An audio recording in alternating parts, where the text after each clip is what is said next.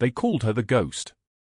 Not to her face, never to her face, but in the hallways of Oak Creek Memorial, where she moved like smoke through a room, where her name appeared on the duty roster but seemed to vanish the moment she clocked in.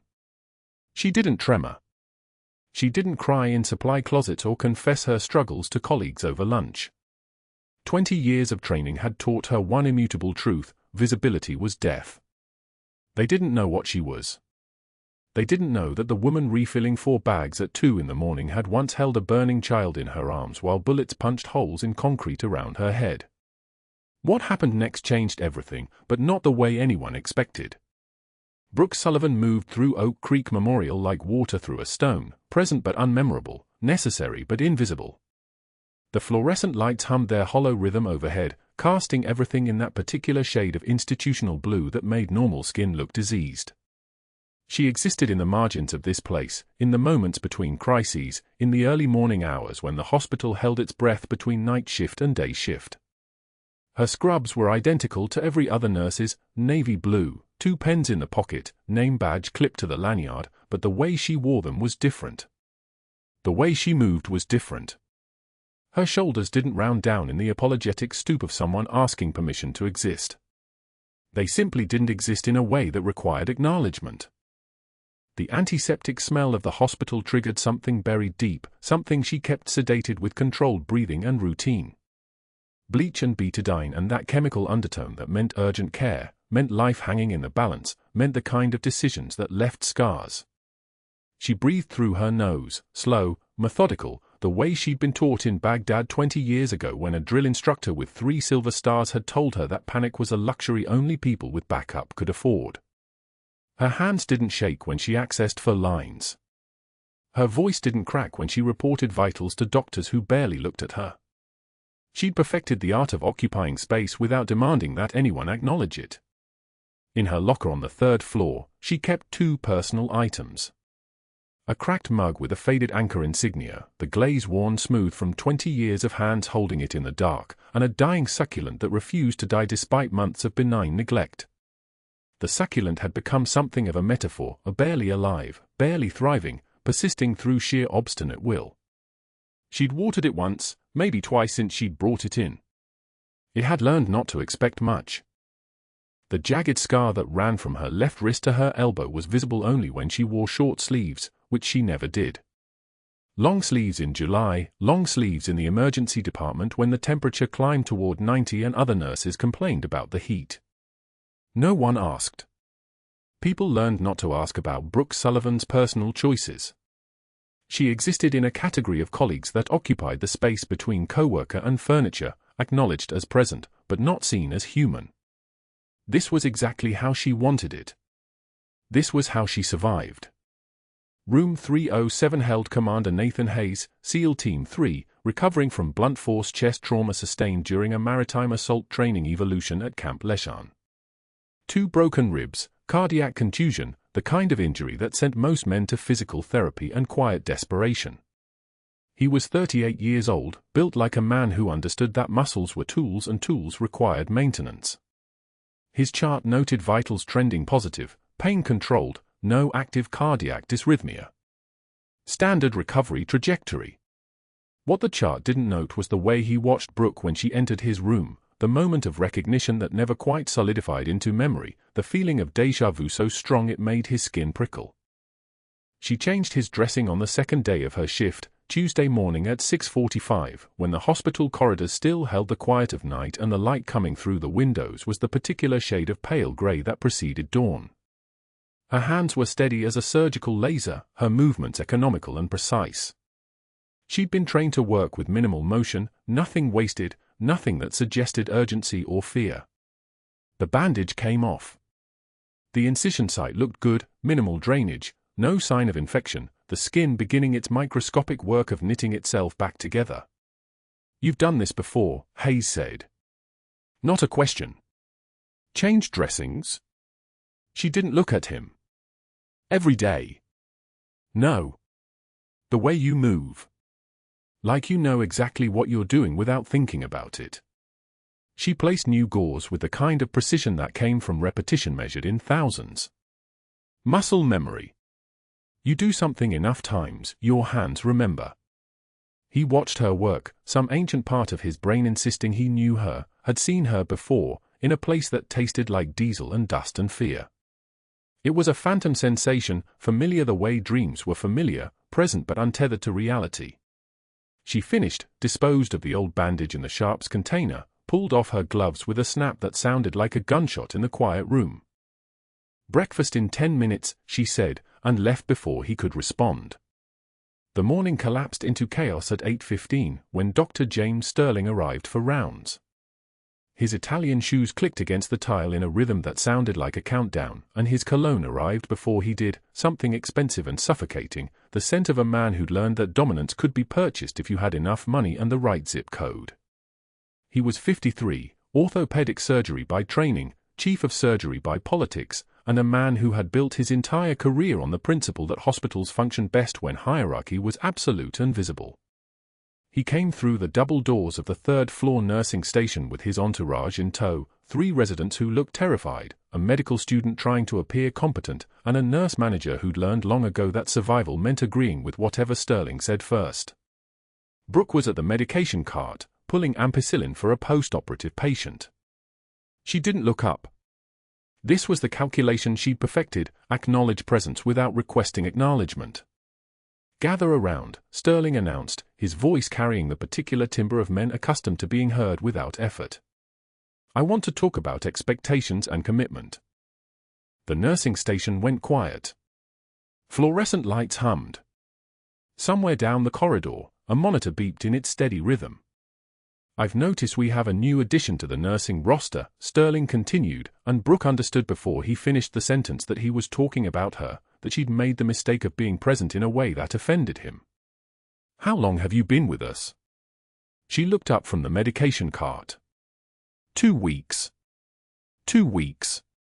He nodded, as if this confirmed something he'd already suspected. "You know what I think? I think you won't last another 7 days. This department requires a certain mental toughness, a willingness to take direction from physicians who actually understand the clinical picture. I'm betting, I'd wager $50 right now, that you'll quit within 1 week." It wasn't a question. It was a declaration, meant to be heard, meant to establish the baseline of his authority. The resident shifted uncomfortably. The medical student looked at his shoes. The nurse manager found something fascinating in the floor. Brooke placed the ampicillin on the tray and turned back to the medication drawer. "I'm talking to you," Sterling said. "I heard you, doctor. Then you understand the terms?" 1 week. She didn't answer. She pulled the next medication from the drawer, metoprolol, 50 milligrams, and checked the label against the patient chart. The silence stretched into the kind of void that demanded to be filled, and Sterling apparently decided it would be filled with action. He came to the medication cart, not slowly, not with any sense of hesitation. He moved with the certainty of a man who'd never been told no in his entire adult life. His arm came up in one fluid motion, and he swept her tray across the surface of the medication cart. Ampicillin scattered. Metoprolol bottles clattered across the floor. A cup of coffee that had been sitting at the corner of the station fell and shattered, sending a spray of brown liquid across white tile. The room went dead silent. The fluorescent lights hummed. Somewhere, a monitor beeped. "Clean it up," Sterling said. He was already walking away, back toward the patient rooms, his entourage scrambling to follow. Brooke knelt without comment. She began collecting medications, placing them back in their bottles, assessing for damage, determining what could be used and what would have to be discarded and reported. Her hands moved with the kind of automatic precision that came from having cleaned up worse than spilled coffee. She'd cleaned up trauma sites in places where the walls had been the color of old blood. She'd collected pieces that had been whole moments before. This was nothing. This was the particular cruelty of a man who'd learned that small humiliations could accumulate into something that broke people, if those people were the kind who could be broken. The medical student knelt to help. "I'm sorry about." "It's fine," she said quietly. It wasn't fine. They both knew it. But the truth existed in the space between what was said and what was meant, and Brooke had become an expert in navigating that space. Sterling was back before she'd finished cleaning. He had a patient chart in his hand, and he dropped it on top of the pile of medication she'd gathered, the corner of it landing in the spilled coffee. He smiled. The smile was worse than the initial sweep of his arm because it meant he was enjoying this, that the humiliation was its own kind of sustenance for him. "Pick that up, sweetheart," he said. She took one measured breath. Let it out. Took another. The kind of breathing that came from deep places, from training that predated the woman she pretended to be in this hospital. She knelt and picked up the chart, set it on the medication cart, and stood. Her eyes met his for exactly 1 second, a flash of something that made his expression shift, a micro-reaction that told her he'd seen something he didn't expect to see. When she spoke, her voice was like still water, the kind of calm that came from having already survived the worst that could happen. "I've cleaned up bigger messes than you in places you couldn't survive." It wasn't loud. It wasn't dramatic. It was simply true, stated as fact, the way a physicist might state a law of motion. The room absorbed it. Sterling's face tightened. He turned and walked away without responding, which meant he'd felt it, which meant he understood that she'd just drawn a line he wasn't expecting. What he didn't know, what no one in this hospital knew, was that 20 years ago, in Baghdad, in a residential district called Jolan, in a building that had been hit by an airstrike that made the world collapse into fire and sound, she'd pulled a child from the flames. That child had been 5 years old. He'd had his father's dark eyes and his mother's hands, and she'd held him against her chest while her uniform burned and the building came down behind her. She'd kept him alive for 42 minutes while medevac was en route. She'd sung to him a song she barely remembered, something her own mother had taught her. He'd survived. She'd held him until the medics took him, and then she'd been erased from every official record, her service classified, her identity buried so deep that even she sometimes wondered if it had been real. That child was now a commander, recovering from blunt force trauma in room 307. And she had no idea if he'd remember her. Dr. Sterling sat across from the CEO's mahogany desk, his Italian leather shoes crossed at the ankle, his voice measured and practiced. The morning light cut through the office windows at an angle that made his face look carved from granite. "I'm concerned about our liability exposure with this particular nurse," he said, letting the words settle like sediment. "Brooke Sullivan. Behavioral patterns that don't align with standard nursing protocols. Inconsistent background. The kind of gaps that compliance officers lose sleep over." The CEO, Patricia Hoffman, set down her coffee mug. The clink of ceramic on glass sounded final. "What kind of gaps?" "Employment history that reads like she's been running. 5 years at Johns Hopkins, then 5 at Seattle General, then 3 at a facility in San Diego that, conveniently, closed down 2 years after she left. References that disconnect when you call them. No social media presence. No digital footprint beyond basic licensing. In my 30 years of surgery, I've learned to recognize people with things to hide." Patricia's jaw tightened. She knew Dr. Sterling.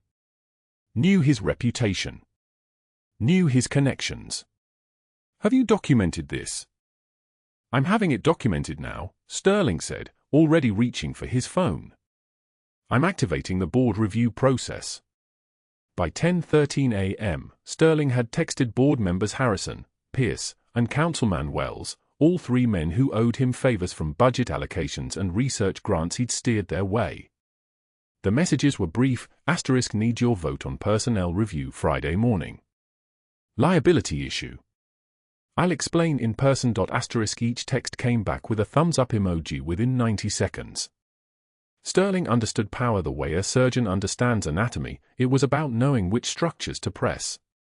That afternoon, he personally called the 3 employment references listed on Brooke's application. The first number, a supervisor at Johns Hopkins, rang twice, then disconnected with a tone that suggested a voicemail full, a phone disconnected, a person who had moved on years ago. The second reference, a charge nurse from Seattle General, answered, but Sterling recognized the hesitation in her voice when he identified himself, the careful distance in her responses. "I can't really discuss former staff," she said. Hospital policy. The third reference, a Dr. Marcus Chen from the San Diego facility, was no longer in service. An automated voice stated the number had been disconnected.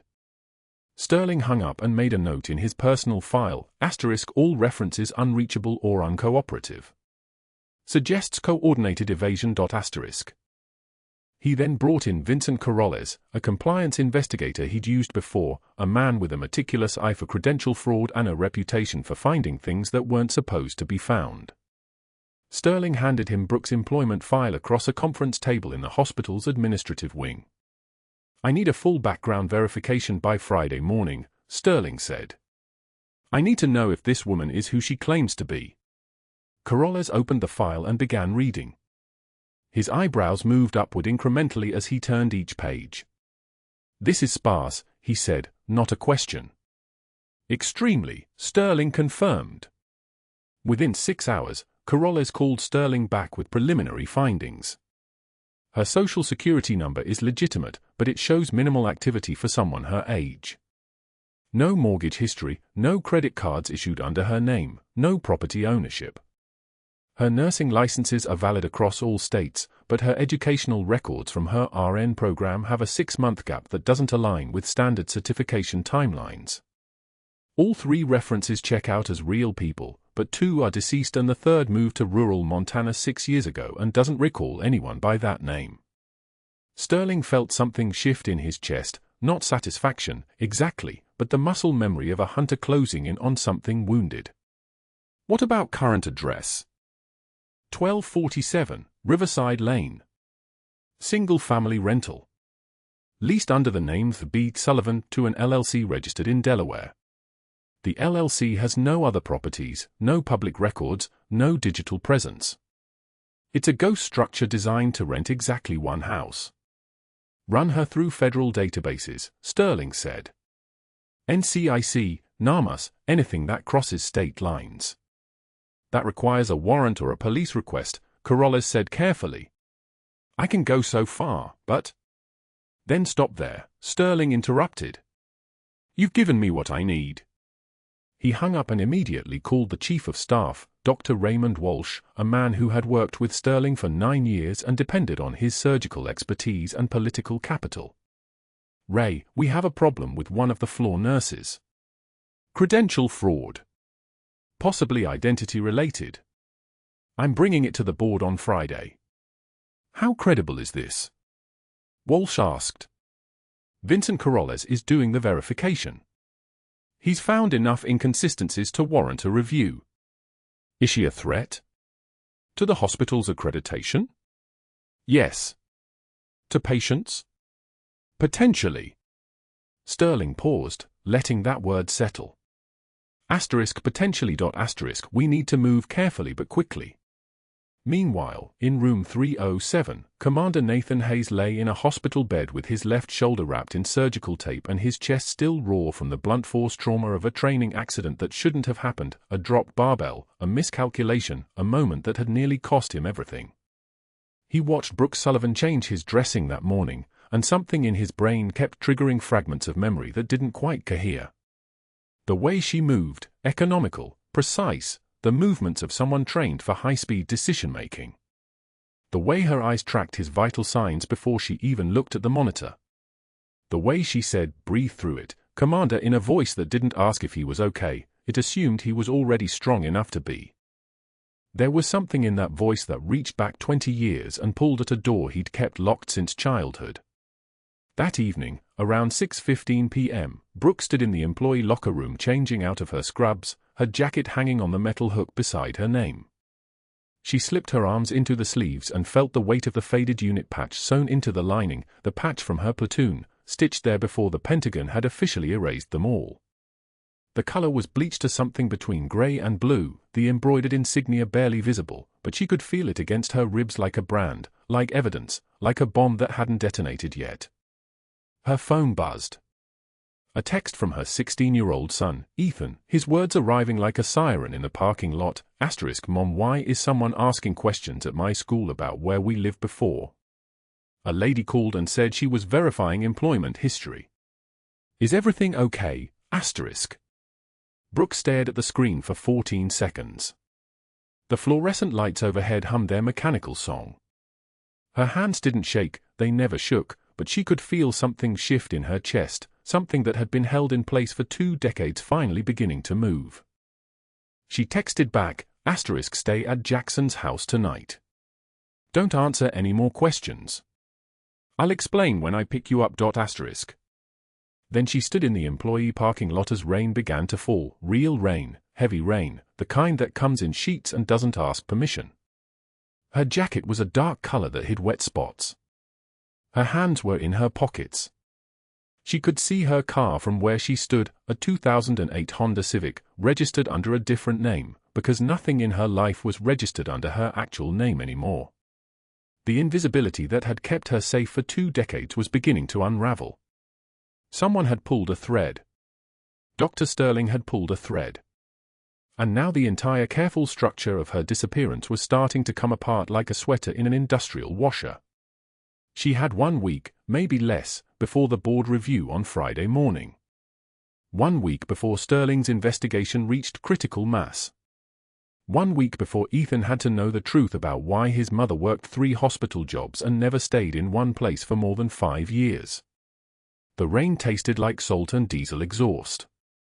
In the distance, a helicopter moved across the Raleigh skyline, its rotors thumping the air in a rhythm that Brooke recognized in her bones. That was the sound of extraction, that was the sound of rescue, that was the sound of soldiers coming home. But nobody was coming for her. Nobody even knew she was here. She was alone in the rain with a cardboard box in her hands that she'd already prepared, a cracked mug from a PX in Kandahar, a dying succulent that she watered every Sunday anyway, and a photograph of her unit from Baghdad, 2003. 12 faces. All of them officially dead now. All of them officially never existed. Dr. Sterling was coming for her, and he had no idea what he was going to find when he got there. Thursday morning started with a garbled voice on the ER line claiming devices were hidden somewhere in Oak Creek Memorial. The dispatcher couldn't make out most of the words, just fragments, a muffled accent, unmistakable rage. An anonymous bomb threat. Within 90 seconds, the evacuation alarm began its urgent electronic scream through every corridor of the hospital, a sound designed to bypass rational thought and trigger pure survival instinct. Brooke was restocking the surgical supply cart on the 4th floor when the alarm hit. The sound cut through the fluorescent hum like a knife through silk. Around her, nurses and residents moved from walking to running, their scrubs becoming a blur of blue and white toward the stairwells. An orderly knocked over a tray of instruments. Someone's badge clattered against the tile floor. The air itself seemed to compress with panic, that peculiar electricity of people moving toward exits without knowing if they'd reach them. She moved against the current, not toward the exits but toward the patient rooms. Protocol meant evacuation, but Brooke had never been particularly good at protocols that didn't account for the people who couldn't walk on their own. The surgical floor was clearing out, residents and nurses abandoning their stations in a controlled chaos that was still chaos. An attending physician was already at the elevator, jabbing the button repeatedly as if his urgency could make it faster.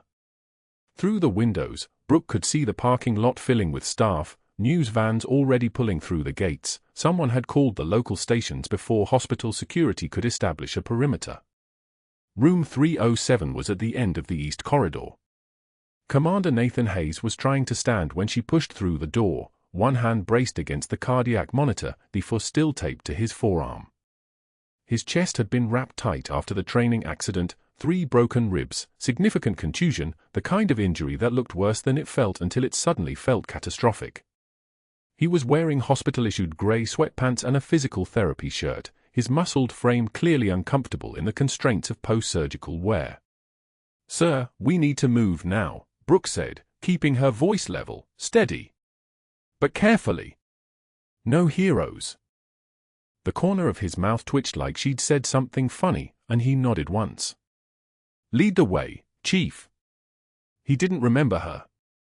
Of course he didn't. He'd been 7 years old when she pulled him from a burning building in Baghdad, and that was 20 years ago. Children's faces don't survive into adulthood with clarity. They blur into feeling, warmth, safety, a woman's voice saying his name over and over as fire consumed the walls around them. He wouldn't recognize her if she told him. She wasn't sure she wanted him to. He wrapped one arm over her shoulders as they moved into the hallway. His weight was substantial, but his movements were careful, not the pain-hobbled shuffle of a normal patient but the calculated economy of motion someone trained in violence learned. One arm over her, the other holding his ribs, they made their way toward the emergency stairwell. Behind them, the monitors in the empty rooms beeped into the silence like electronic ghosts. The evacuation alarm continued its relentless scream. The stairwell was packed when they reached it, people flowing downward like water through a funnel, orderlies pushing wheelchairs, an elderly man being guided by his daughter, nurses still wearing their stethoscopes around their necks because there was no time to grab anything else.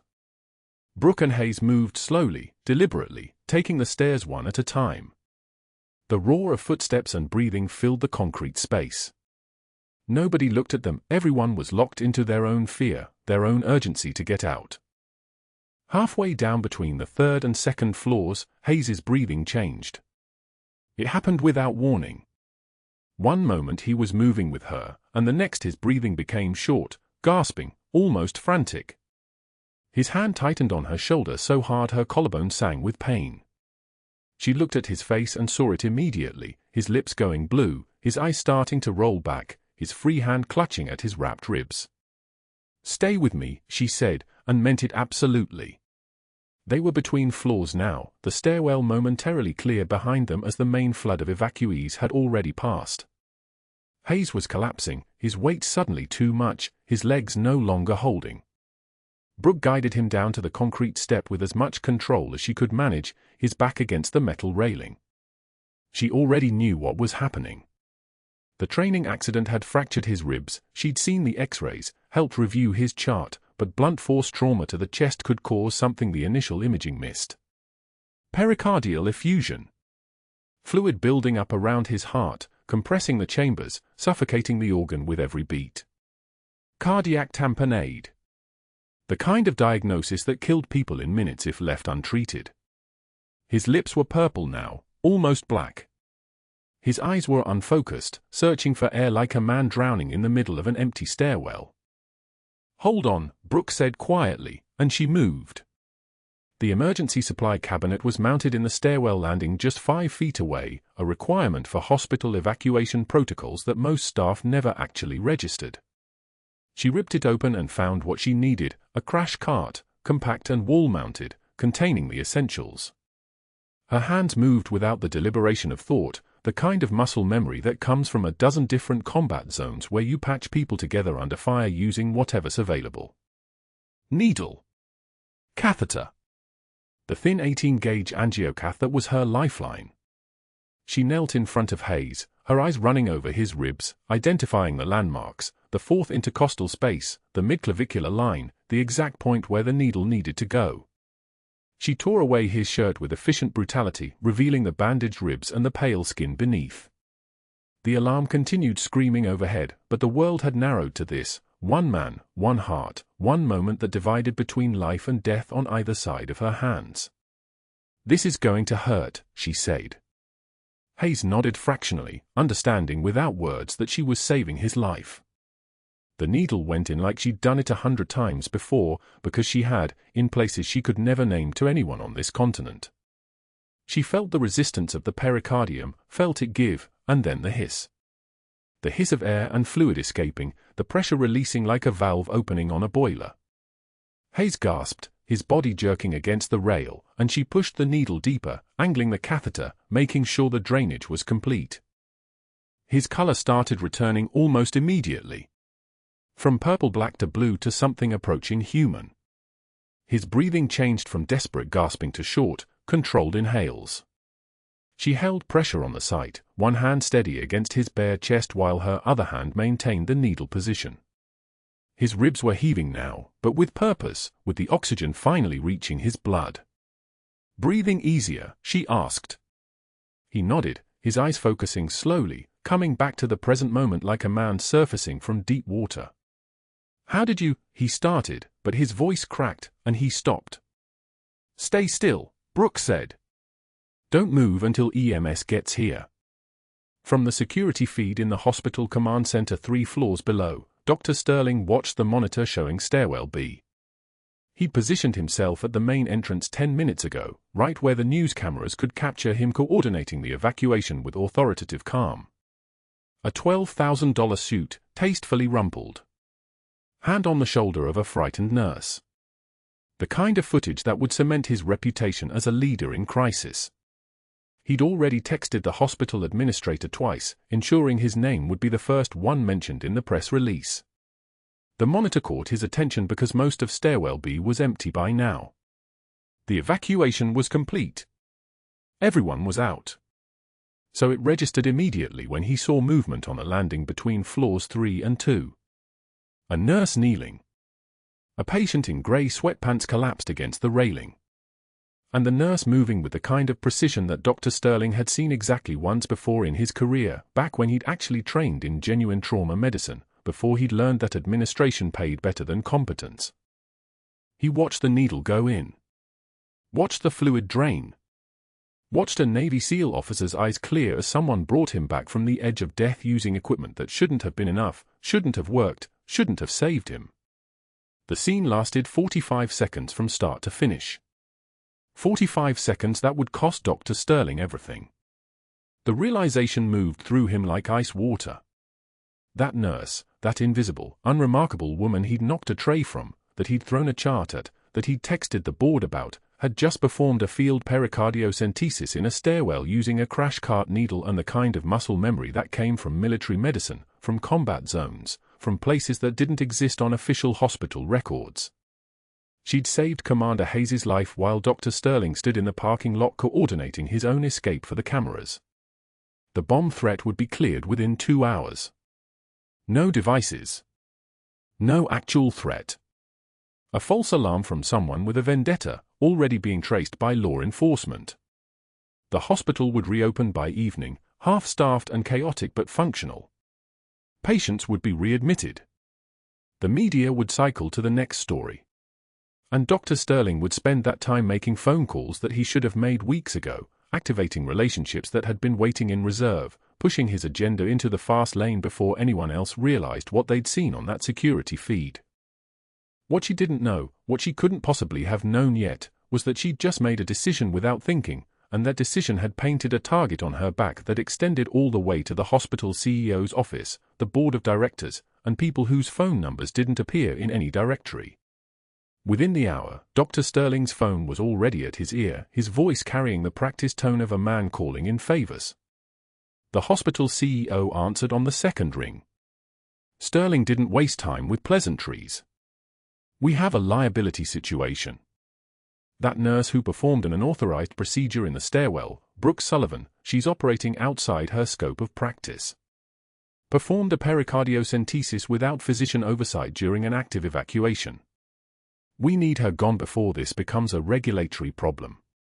The CEO listened, Sterling's words carrying the weight of institutional authority, the confidence of a man who had built his reputation by making problems disappear.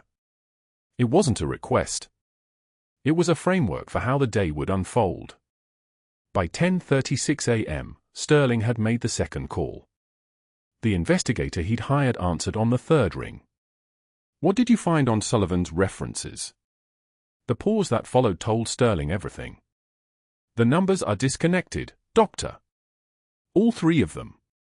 The addresses don't match any employment records database." Her background verification came back so clean it's almost artificial, like someone scrubbed it. Sterling smiled. This was better than he'd hoped. "Keep that in your report.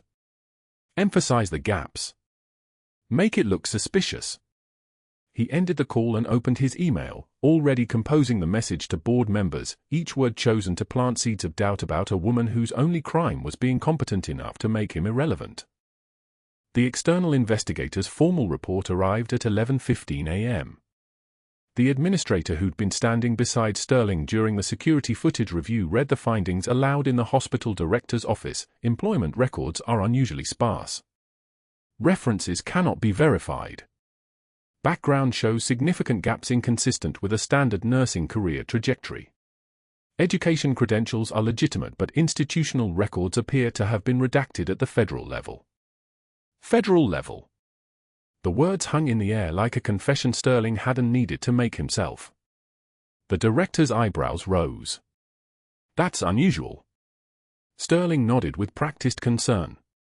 Which is exactly why we need to act quickly. Liability, you understand. Protecting the hospital. Brooke arrived for her shift at 11:11 a.m., still wearing the scrubs from the evacuation, still tasting the adrenaline from the stairwell. The charge nurse intercepted her at the supply cabinet. Administration needs to see you. Now. My office. There was no hostility in the tone, just the mechanical efficiency of process. Brooke didn't ask questions. She'd been trained not to. The office belonged to the hospital's director of operations, a woman named Patricia Flores who'd always been cordial during their 3 years of parallel employment. Patricia sat behind her desk. 2 security officers stood flanking the door like sentinels. There was a cardboard box on the desk, empty and waiting. Your employment with Oak Creek Memorial is terminated effective immediately, Patricia said, reading from a paper in front of her like she was delivering a sentence. The decision has been made at the administrative level. You'll surrender your badge and access credentials. Brooke's eyes moved from Patricia to the box to the security officers. She didn't blink. She didn't ask why. She'd learned long ago that questions in this context were meaningless. The decision had been made in rooms she didn't occupy, by people who didn't know her name. You have 10 minutes to collect your personal belongings from your locker. Security will escort you to your vehicle. The locker took for minutes. The cracked ceramic mug with the anchor insignia that had sat on her shelf since 2006. The dying succulent that hadn't seen sunlight in 2 weeks because of double shifts. The photograph in the frame, 8 faces in desert camouflage, all of them grinning, all of them impossibly alive. The unit patch, faded from 20 years of sun exposure, sewn into the lining of her jacket where no one had ever thought to look. She placed each item into the cardboard box with the same care she'd use packing a body for transport. The security officers watched from a distance of 6 feet, their presence like a gravity well pulling everything into wrongness. Nurses stopped in the hallway as she walked. Faces appeared in doorways. Nobody said anything. What was there to say? The silence moved with her like a physical thing, heavier than the cardboard box in her arms. 3 years of 12-hour shifts, of holding hands during the worst moments of people's lives, of showing up before dawn and leaving after dark, and it evaporated in the time it took to walk from the 4th-floor locker room to the lobby. The fluorescent lights flickered their usual rhythm. The elevator doors opened. She stepped through. The bus stop was for blocks away. By the time she reached it, rain had started, not a gentle rain, but the kind that came with urgency, that soaked through scrubs like they were tissue paper. She stood with the cardboard box held against her chest, watching the traffic move past on Capitol Boulevard, each vehicle splashing gutter water across the curb. A woman under an awning glanced at her wet uniform and quickly looked away. Invisibility, Brooke thought. Still invisible. Still disappeared. Her phone buzzed. Ethan. Mom, where are you? Dad said you had a double. She stared at the message for 30 seconds before texting back, running late. I'll explain when I get home. What was the explanation? How did she tell her 16-year-old that 3 years of perfect performance had evaporated because she'd saved someone's life? That saving someone's life was apparently the wrong choice to make. The rain intensified, and the bottom of the cardboard box began to soften. She was still standing there when a sedan pulled up to the curb 15 minutes later. A man in an Oak Creek Memorial security uniform rolled down the window. You can't wait here. Not unkind. Just process. Just rules. There's a shelter 2 blocks east. She nodded and started walking, the cardboard box now heavy with water weight, the anchor on the mug just barely visible through the dissolving cardboard walls. What Brooke didn't know, what she couldn't possibly have known yet, was that Dr. Sterling was at that exact moment in the emergency department's command center, watching the bomb squad conduct their final sweep. The threat was a hoax. No device. No explosives. Just a phone call from someone 3 states away who'd made a joke that escalated into an evacuation. The bomb squad chief confirmed it to the hospital administrator with a shake of his head. False alarm.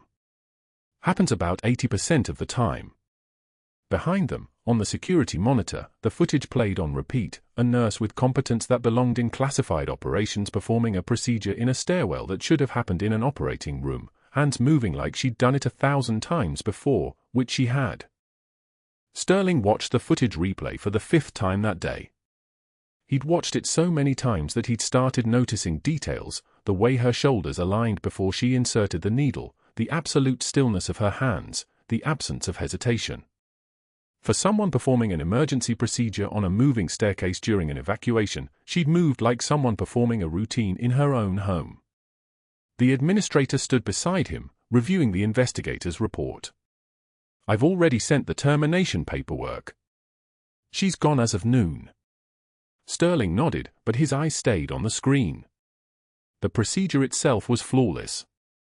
Textbook. Better than textbook. The kind of flawless that only came from training that shouldn't exist in a civilian nurse. But she was gone now. That was what mattered.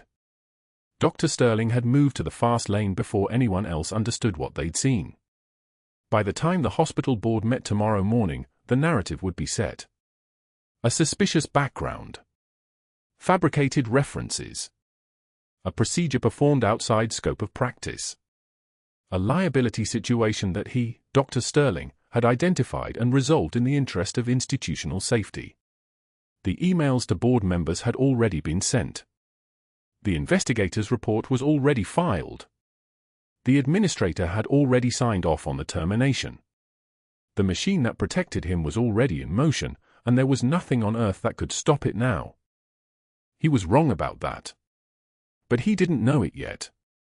Friday morning at 7:45 a.m., the hospital board convened in the executive conference room on the 14th floor.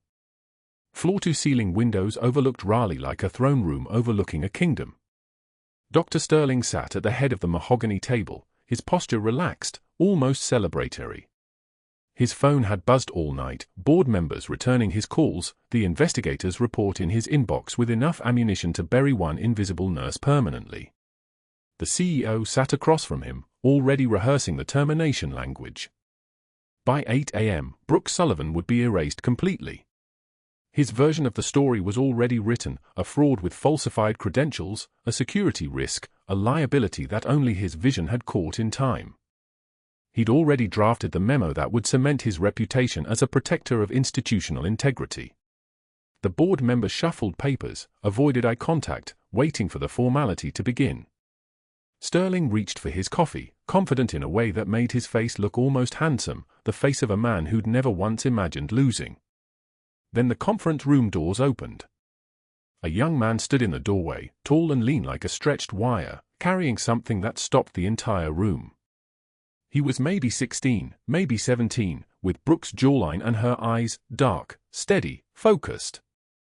In his hands was a shadow box, the kind that held medals and ribbons, the glass face catching the fluorescent light and throwing it back like an accusation. The CEO's pen froze mid-note. Sterling's coffee cup stopped halfway to his mouth. The young man, Ethan Sullivan, though none of them knew that yet, walked into the room with a certainty that belonged in a military ceremony, not a hospital boardroom. He didn't ask permission. He didn't knock again. He simply positioned himself at the table and set the shadow box down with the care reserved for flag-folded coffins. "Mom said I should bring these," he said, his voice quiet but carrying the kind of authority that made Sterling's shoulders tense. "You're making decisions about her. You should see what you're deciding about." Behind Ethan, Brooke appeared in the doorway. She wasn't in scrubs anymore. She wore a black blazer and her dress shoes, her hair pulled back with military precision, and her face held the kind of stillness that suggested she'd already accepted every possible outcome. She didn't smile. She didn't plead. She simply stood there, and her presence, quiet and immovable as concrete, made the room's temperature drop. The CEO stood. Instinct. The kind of reflexive respect that isn't learned, it's inherited from centuries of witnessing quiet power. The board members began to stand as well, though they didn't fully understand why. Only Sterling remained seated, his hand now trembling slightly as he tried to maintain his grip on the coffee cup. His eyes flicked to the shadow box, then back to Brooke's face. And that's when Commander Nathan Hayes walked through the same door. He moved in the wheelchair with the posture of a man who'd never been diminished by anything.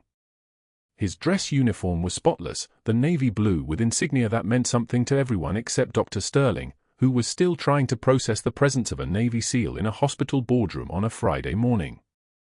Hayes stopped beside Brooke, and when he spoke, his voice carried the kind of authority that doesn't need volume, it just needs to have been earned in the places where authority actually matters. Senior Chief Petty Officer Brooke Sullivan, Navy SEAL, he said simply. Each word was a brick, building something that couldn't be demolished. 20 years ago, she pulled me from a burning building in Baghdad. Carried me 700 meters through hostile fire. Kept me alive until extraction arrived. I died 4 times in her hands that night. 4 times, she brought me back. The room had stopped breathing. The hospital administrator's hand shook as he reached for a file folder on the table, something that had been delivered that morning by a courier in a suit with a badge no one had wanted to examine too closely. His fingers fumbled with the classification stamp, and when he opened it, everyone could see the red top secret ink bleeding across the pages like an accusation. He began to read, his voice unsteady, skipping over the operational details and landing hard on the phrases that mattered. Operation Copper Rain. 17 civilians evacuated under fire. Presumed KIA status rescinded. Honorable discharge withheld pending classified testimony. Federal Protection Order initiated 2004. Civilian Relocation Authorization, Level 6 Security Clearance. He looked up from the file, his face the color of drywall. This is a classified Navy file.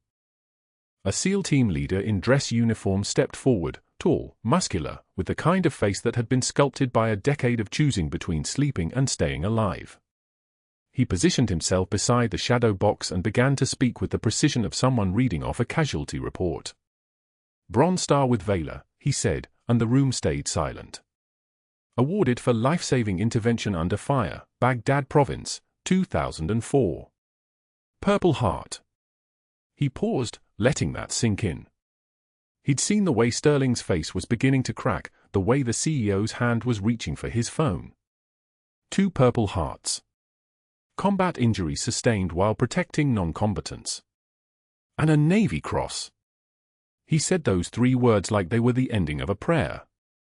Highest award for bravery in combat. Senior Chief Sullivan is one of 17 Medal of Honor nominees from her unit. One of 17 who survived impossible circumstances while saving 34 lives. The silence was the kind that only happens in rooms where the ground has shifted beneath everyone's feet. Sterling's mouth opened and closed like he was working through a script that no longer applied to reality. The board members stared at the shadow box, at the medals now visible through the glass, ribbons in colors that meant specific kinds of courage, specific kinds of sacrifice. Brooke stood motionless, watching her son's face as he realized, finally, what his mother had actually been. 2 FBI agents entered the room without knocking, the kind of casual authority that came from knowing they didn't need permission. The one in front had kind eyes and a navy tie, which meant he understood what was happening here better than anyone. He positioned himself beside the SEAL team leader like they'd done this before, which, Brooke realized, meant they probably had. Gentlemen, the FBI agent said, addressing the board members but looking directly at Sterling. We need to clarify something for your legal counsel. Senior Chief Sullivan was ordered into civilian erasure in 2004 as a protective measure after she testified against a defense contractor regarding falsified safety records on military equipment. That testimony resulted in a federal indictment, a criminal conviction, and a settlement of $420 million. Her identity was buried not because she was a security risk, but because people who survive federal witness testimony sometimes find their civilian lives endangered. The second agent stepped forward with his own file, this one not classified, but bound with the kind of seal that meant it had been handled by lawyers. Dr. Sterling's investigation into Senior Chief Sullivan's background, the agent continued, activated every federal monitor we have on protected witnesses. His calls to her former employers triggered DOJ notifications.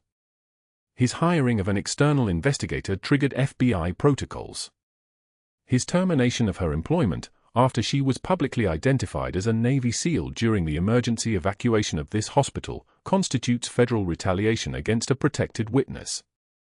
Which makes it not just a hospital personnel matter, but a federal crime. Sterling finally stood. His coffee cup crashed to the floor, and nobody flinched. His face had gone the color of old bruises, and his voice came out thin and desperate, like air escaping a punctured tire. "I had no way of knowing," he said, and every word was a mistake. She presented herself as a regular nurse. Her records were sparse, incomplete. "I was protecting this hospital from a potential liability. I thought." "You thought a woman working as a nurse was pretending to be nobody because she wanted to hide," the SEAL team leader said quietly. "You were right. She was. And she did it because the last time anyone knew who she really was, people died." The CEO's hands were shaking now as he reached for the red phone on his mahogany desk, the one connected directly to hospital legal. His voice was barely audible. "Dr. Sterling's position is suspended effective immediately pending a full federal review of his employment practices. His clinical privileges are revoked. His access to hospital systems is terminated. Please don't make this more complicated than it needs to be." Sterling moved toward the door like a man walking through water. The SEAL team leader stepped aside just enough to let him pass, and the symbolic weight of that gesture, the removal of a barrier that had been the only thing standing between him and full humiliation, seemed to drain the last of Sterling's composure. His colleagues wouldn't meet his eyes. The board members had suddenly become very interested in the files in front of them. By the time he reached the elevator, his phone was already vibrating with notifications from board members rescinding favors, colleagues deleting his contact information, his attorney's office informing him that they could no longer represent him due to conflict of interest. The hospital released a statement before he'd even left the building, condemning his conduct, expressing support for its employee, and announcing an internal investigation into his treatment of nursing staff over the past 5 years. Local news had the story by 10 a.m., surgeon fires decorated war hero. Federal investigation follows. Ethan moved toward his mother with the unself-consciousness of a 17-year-old who'd just watched the world reorganize itself around the truth. He embraced her in the conference room while board members looked away, giving the moment privacy by the simple act of staring at their papers. Brooke held her son the way she'd held Commander Hayes in that burning building 20 years ago, like keeping him upright was the only thing that mattered, the only thing that had ever mattered. Her face remained composed, but her arms told a different story. They told the story of 20 years of carrying weight alone. They told the story of a mother who'd hidden who she was to keep her child safe. They told the story of finally being able to stop hiding. Commander Hayes wheeled himself closer and waited. When Brooke released Ethan, Hayes extended his hand in salute, not the casual kind but the formal kind, the kind reserved for superior officers. His eyes were wet, and his voice when he spoke was hoarse. "Welcome back, Senior Chief," he said. "It took 20 years. But we found you." Brooke returned the salute, her hand sharp against her temple, and for the first time in 2 decades, she smiled like someone who no longer had to pretend to be smaller than she was. The CEO cleared his throat. "I believe there's a position we need to discuss. Director of Emergency Preparedness. It's yours if you want it. Cabinet-level salary. Full autonomy. And your service record will be fully restored in the hospital system, visible to anyone who needs to know." Brooke looked at her son. She looked at Hayes. She looked at the faded unit patch she'd taken out of her jacket lining that morning, the one she'd been carrying for 20 years, the ghost insignia of a unit that never officially existed, now finally allowed to be seen. She nodded once, the smallest gesture, but it carried the weight of everything she'd survived to get here. Imagine spending 2 decades invisible. Imagine teaching people how to save lives while hiding that you'd spent your entire youth saving lives in the places where nobody was supposed to survive. Imagine your own child not knowing what you were capable of until the moment the truth crashed through your carefully built walls. Brooke Sullivan had done all of that. And now she was going to do something different. She was going to be visible. And the world was going to have to adjust to that fact, whether it was comfortable or not. If you've ever been underestimated, if you've ever hidden who you really are to stay safe, hit subscribe. Because we're telling more stories about the people nobody sees, until suddenly, everyone's watching.